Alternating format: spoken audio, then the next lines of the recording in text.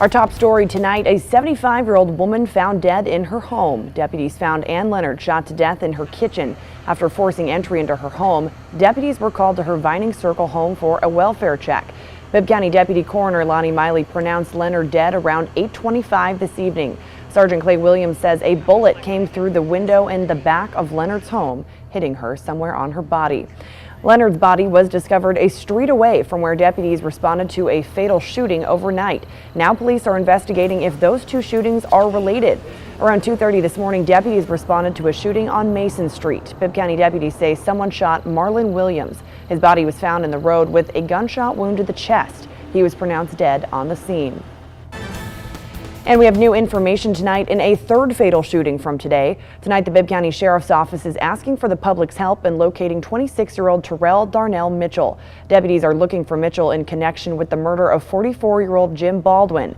Baldwin was shot off Berkner Avenue just after 1 o'clock this morning. Deputies found him lying in the road with a gunshot wound to the main artery in his left leg. Baldwin was taken to the Navicent Health Medical Center where he was pronounced dead.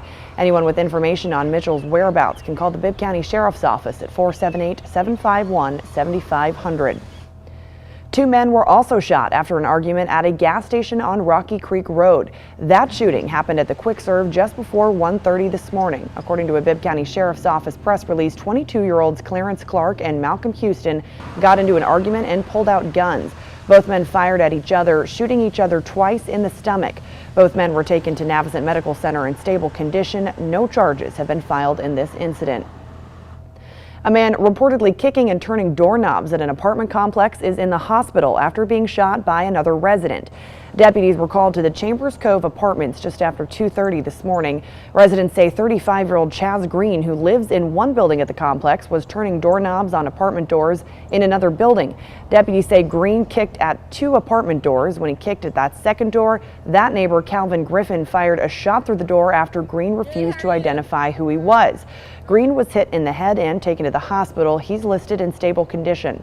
At this time, there are no charges pending against Griffin or Green. Anyone with information on any of these shootings can call Macon Regional Crime Stoppers at 1-877-68-CRIME. That number again is 1-877-68-CRIME.